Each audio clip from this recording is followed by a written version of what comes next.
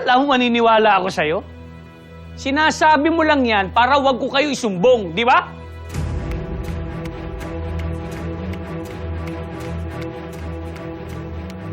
Teka, bakit ngayon mo lang to sinabi sa akin? Ang tagal na nating nag-uusap, hindi ba tinanong ko pa sa'yo kung sino yung tatay ko? Anong sabi mo sa akin? Sabi mo, hindi mo alam. So ano to? Totoo, dati hindi ko alam. Kaya hindi ko rin sinasabi sa'yo kasi nagdadalawang isip ako kung si Darius nga yung totoong tatay mo. Gosh! O ngayon mo sasabihin sa akin? Sa amin? Ano yan? Dahil napatunayan ko na may pruweba ako.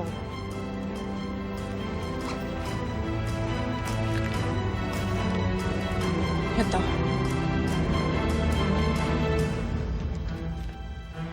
DNA test yan. Pasikreto kong pina-DNA test kayong dalawa. O ayan, tingnan mo, positive.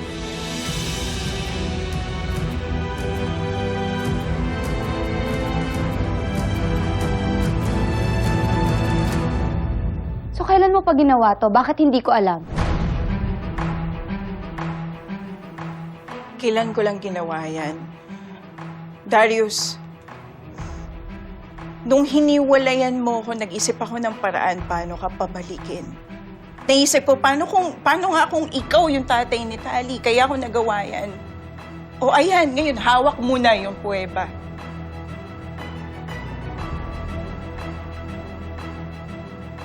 Naisip ko na baka mapasway kita na bumalik sa akin, kaya ako nagpa-DNA test.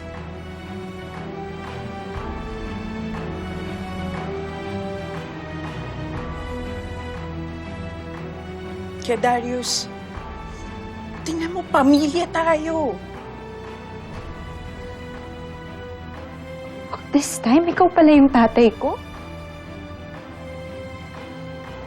Ni ako nabigla eh. Pero, ngayon ko naisip na hindi aksidente yung napunta ako sa inyo ni Rosel. Matagal ko na rin pinangarap na magkaroon ng sariling anak. Kaya Darius, bumawi ka sa kanya. Ha? Huwag mo siyang ipapahamak kay Rosel. At bilang tatay ni Tali, kailangan gawin mo lahat ng magagawa mo para protektahan ang interes ng anak mo.